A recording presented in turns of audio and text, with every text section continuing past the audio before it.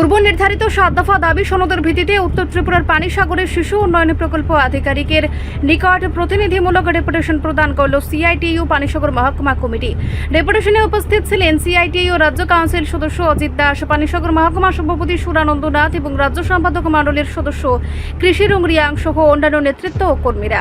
সংগঠনের পক্ষ থেকে জানানো হয়, অঙ্গনওয়াড়ি কর্মী ও সহায়িকাদের দীর্ঘদিনের বিভিন্ন সমস্যা এবং জরুরি দাবিগুলির দ্রুত সমাধানের লক্ষ্যে এই 7 দফা দাবি সনদ সিডিপিওর হাতে তুলে দেওয়া হয়েছে। নেতৃত্বের বক্তব্য, সংশ্লিষ্ট দপ্তর দ্রুত ইতিবাচক উদ্যোগ না নিলে আগামী দিনে বৃহত্তর গণ আন্দোলনের পথে হাঁটতে বাধ্য হবেন সিআইটিইউ। এদিকে ডেপুটেশন গ্রহণ করে বিষয়গুলি ঊর্ধ্বতন কর্তৃপক্ষের নজরে আনার আশ্বাস দিয়েছেন শিশু উন্নয়ন প্রকল্প আধিকারিক।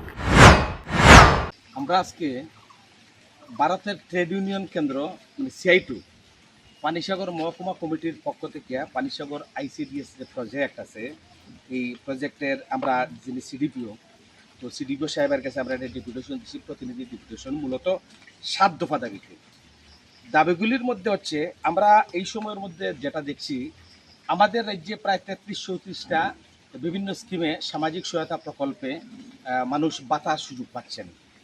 কিন্তু সবচেয়ে ভয়ঙ্কর এবং আমাদের কাছে আশ্চর্য লাগছে, এর আগে কোনোদিন যেটা হয়নি, গত 3-4 মাস যাবৎ আমাদের এই বিভিন্ন ম্যাক্সিমাম স্কিমে মানুষ সেই বাধাটা পাচ্ছে। অথচ প্রতিদিন মানুষের তারা খবর নিচ্ছেন, খোঁজ নিচ্ছেন, ব্যাংকে আসছেন, একটা হয়রানি হচ্ছে। এটা যাতে মাসে মাসে প্রদান করা হয়, আমরা সেটা দাবি করেছি। দ্বিতীয়ত হচ্ছে, গত 8 বছর থেকে, মানে বিজেপি জোট শাসন আসার পরের থেকে হাজারে হাজারে ওই বাতা প্রকল্পে 33-34টা প্রকল্পে স্কিমের আবেদনপত্র জমা পড়েছে। এই সময়ে কয়েক হাজার আবেদনপত্র আমাদের অফিসে আছে, গোটা রাজ্যে এইভাবে হাজার হাজার আছে।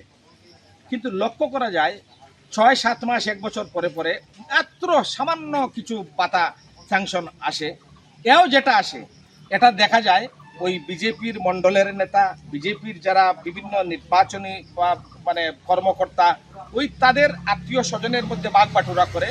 সাধারণ মানুষের এই সুযোগটা আর জুটে না। তো আমরা দাবি করছি, এই বিষয়টা নিরপেক্ষ তদন্ত করে যারা প্রকৃত অর্থে গরিব, বিপিএল, এই সমস্ত মানুষদের এই সুযোগ দেওয়া যায়, তার উদ্যোগটা নেওয়া। এবং কেন হবে না, যারা এই প্রেয়ার করেছেন, বামফ্রন্ট আমলে যদি এই এক এক করে 4.5 লক্ষ মানুষকে ভাতা দেওয়া সম্ভব হয়েছে, কেন এই 8 বছরে আরও 3 লাখ ভাতা দেওয়া যাবে না? এটা আমাদের কাছে আমরা দাবি জানিয়েছি। 3 নম্বর যে বিষয়টা আমরা বলার চেষ্টা করেছি, অঙ্গনওয়াড়ি কর্মী এবং যারা সহায়িকা, তাদের সাম্মানিক যে ভাতা, এইবারে চলতি বছরের গত এপ্রিল থেকে ভাতা অনিয়মিত, মানে তারা সেই টাকাটা পাচ্ছেন না। অথচ আমরা লক্ষ্য করছি, হঠাৎ করে কিছু টাকা দেওয়া হয়, আবার ওই মানে অর্ধেক অনিয়মিতভাবে। এই বিষয়টা নিয়ে অঙ্গনওয়াড়ি ওয়ার্কার, হেল্পাররা প্রচণ্ডভাবে তারা মানে কষ্টে জীবনযাপন করছেন। এবং আমরা এও দাবি করেছি, মাননীয় সুপ্রিম কোর্টের রায় অনুসারে কর্মী সহায়িকাদের তাদের যে সাম্মানিক ভাতা যেটার বৃদ্ধি হয়েছে, এটা আমাদের রাজ্য সরকার সেই ভাতা যাতে বৃদ্ধি করে তাদের নিয়মিত করা হয়, দেওয়া হয়, এই আবেদন জানাচ্ছি। পাশাপাশি অবসরপ্রাপ্ত যারা কর্মী সহায়িকা আছেন, তাদেরকে গ্র্যাচুইটি প্রদানের ক্ষেত্রে আমাদের এই রাজ্যের এই দপ্তর যাতে উদ্যোগ গ্রহণ করে, সরকার উদ্যোগ গ্রহণ করে, আমরা আবেদন জানাচ্ছি। 4 নম্বর যে ব্যাপারটা হচ্ছে, এফআরএস, যেটাকে ফেসিয়াল রিকগনাইজ সিস্টেম যেটাকে বলা হয়, মানে মুখমণ্ডলের ছবি দিয়ে এটা ওই যে মা শিশুদের পুষ্টির আহারের ব্যবস্থা করা হয়। কিন্তু এতে লক্ষ্য করা গেছে, এই সুযোগ থেকে শত শত শিশু মায়েরা বঞ্চিত হচ্ছেন। যেমন একটা মোবাইল দিয়ে ফটো তুলছেন, ফটো যার মোবাইল দিয়ে তোলা হচ্ছে, ওটিপিটা যাচ্ছে ওই স্বামী, তাকে ধরুন ওই বেঙ্গালুরে, কিন্তু সেখান থেকে আর ওটিপিটা ফিরে আসছে না, যার কারণে এটা হচ্ছে না। কোনো জায়গায় নেটের সমস্যা, এই কারণে শত শত মা শিশু এরা এই সুযোগ থেকে বঞ্চিত হচ্ছেন। এই বিষয়টা যাতে বিকল্পভাবে তাদের যাতে এই সুযোগ থেকে বঞ্চিত করা না হয়, এই ব্যবস্থাটা তারা দেখে, তার জন্য আমরা দাবি জানিয়েছি। 5 নম্বর যে বিষয়টা আমরা বলার চেষ্টা করেছি, মোবাইল বিল, ফিডিং বিল, অন্যান্য বিলের টাকা সময় মতো ওই অঙ্গনওয়াড়ি ওয়ার্কার যারা মানে পাওয়ার কথা, এটা তারা পায় না। এমনকি কন্টিনজেন্সি বিল যেটা 3 মাস অন্তর 500, বছরে 2000 টাকা দেওয়ার কথা, এই দেখা যায় 3 মাস অন্তর যে 500 টাকা দেওয়া, এটা 6 মাস 7 মাস গত হয়, এই টাকাটা পাওয়া যায় না। সেন্টার পরিচালনা করতে খুব সমস্যা হয়। এমনকি 2018 সালে তখন তৎকালীন বামফ্রন্ট সরকার ওই ফ্লেক্সি ফান্ড কইয়া বছরে 1000 টাকা এটা দিত প্রত্যেকটা সেন্টারের এগেনস্টে, এই টাকাটাও এখন বন্ধ করিয়া দিছে। আমরা লক্ষ্য করছি সবচেয়ে ভয়ঙ্কর যে তথ্য, বাজারে একটা ডিম কিনতে প্রায় 9.5 টাকা 10 টাকা, এখানে সিডিপিও দপ্তর থেকে একটা ডিম কিনা বাবদ দেওয়া হয় কত 60 টাকা, তাইলে বাকি যে 2.5 টাকা 3 টাকা থেকে দেবে মানে ম্যাডাম? আপনার ওই যে সর্ষের তেল 1 লিটারের দাম ধরা হয় তাদের সরকারিভাবে 110, কিন্তু বাজার থেকে কিনতে লাগে যারা মন্ত্রী এমএলএরা যে তেল খান, এই তেল খান আপনার 300 টাকা লিটার, ওই একদম দারুণ দারুণ তেল খান। আর আমার বাচ্চা ছোট মা তারা 110 টাকায় সবচেয়ে খারাপ তেলটা খাইতে লাগে। আমরা কইছি না, এই 110 টাকা তেলের দাম দেন, ওয়ার্কাররা কিনতে লাগে 200 টাকা দরের তেল। এটা কি সম্ভব? শুধু কি তেল না, তো সুজি, সয়াবিন, মুড়ি, চানা, তেল, মশলা সব কিছুর যে দাম, সরকারি দাম কম, অথচ বেশ দাম দেয়া ওয়ার্কাররা এগুলা কিনিয়া মেনটেন করতে হয়, তাও টাকা মাসে মাসে পায় না, টাকা তাদের দেওয়া হয় না। 5-6 মাস পরে এই টাকাগুলা তাদের অ্যাকাউন্টে দেয়, দোকান থেকে বাকি দেয় না। এই সমস্যাগুলা চলতেছে। আমরা কইছি এই বিষয়টার জটিলতা যাতে না কাটানো হয় তার জন্য আমরা আবেদন জানিয়েছি। 6 নম্বর হয়েছে গিয়া আইসিডিএস প্রজেক্টের অধীনে অসংখ্য সেন্টার আছে, সেন্টারগুলির পরিকাঠামোর অবস্থা খুব খারাপ, টয়লেট নাই, জল নাই, খেলাধুলার ব্যবস্থা নেই, অস্বাস্থ্যকর পরিবেশ।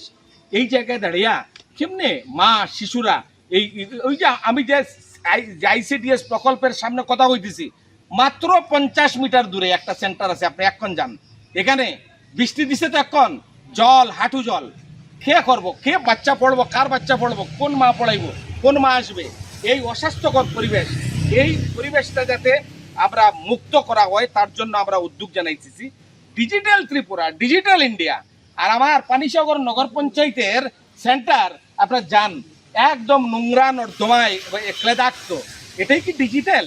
ডিজিটাল সেন্টার আমরা কইছি সব সেন্টারের আধুনিক রূপ দিতে হইব, এবং লক্ষ্য করছি যে সব কিছুর মূলে দাঁড়াইয়া বিদ্যুৎ সেন্টারগুলিতে বিদ্যুৎ দেওয়া, বিদ্যুৎ কানেকশন দেওয়া, এবং এই কাজগুলা যাতে করায় তার আমরা আবেদন জানাইছি।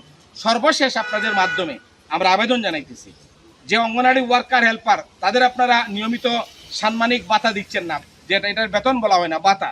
কিন্তু আমি যেটা বলি, আপনারা মন্ত্রী মশাই কথায় কথায় বলেন, দপ্তর থেকে বলা হয় তারা নাকি স্বেচ্ছাসেবিকা। আরে স্বেচ্ছাসেবিকা যদি হয়, মন্ত্রী এমএলএ তারাও তো স্বেচ্ছাসেবক, মানুষের সমাজের জন্য কাজ করতেছেন। আচ্ছা, মন্ত্রী এমএলএদের যদি বছর বছর বেতন ভাতা বাড়ে, সুযোগ সুবিধা বাড়ে, তো অঙ্গনওয়াড়ি ওয়ার্কার হেল্পারদের তাদের কেন ভাতা বাড়বে না? ও, আপনারা স্বেচ্ছাসেবক, আপনাদের বাড়বে। আর ওই ওয়ার্কার হেল্পার জানেন, সকালবেলা ঘুম থেকে উঠে ওয়ার্কাররা বাইর হয়, সকালবেলা রাত্রে 6টা-7টা বাজে ঘরে ঢুকতে গিয়া, এত কাজ তাদের। সরকারি যতগুলো প্রোগ্রাম, অঙ্গনওয়াড়ি ওয়ার্কার হেল্পার আশা কর্মীরা ভিড় জমাইতে হইব, মানুষ আসে না তো তাদের দিয়ে ভিড় দেখাইতে হইব। মন্ত্রী আইলেন, ফুলের তোড়া, ফুল ছিটানো তাদের দায়িত্ব। এই সব কাজ চলছে। আমরা কইছি এই থেকে রেহাই চাই, যাতে অঙ্গনওয়াড়ি ওয়ার্কার হেল্পার তাদের সম্মান এবং কাজে অনুযায়ী তাদের নির্দিষ্ট তারা সাম্মানিক পান, এই আবেদনটুকু রাখলাম। CI2 পানিসাগর মহকুমা কমিটির পক্ষ থেকে আমরা এই আবেদন জানাইছি। ঠিক আছে, কিছু বলবেন আপনি? ওকে, নমস্কার, আপনাদের সবাইকে ধন্যবাদ। রিপোর্ট সংবাদ প্রতীক্ষা।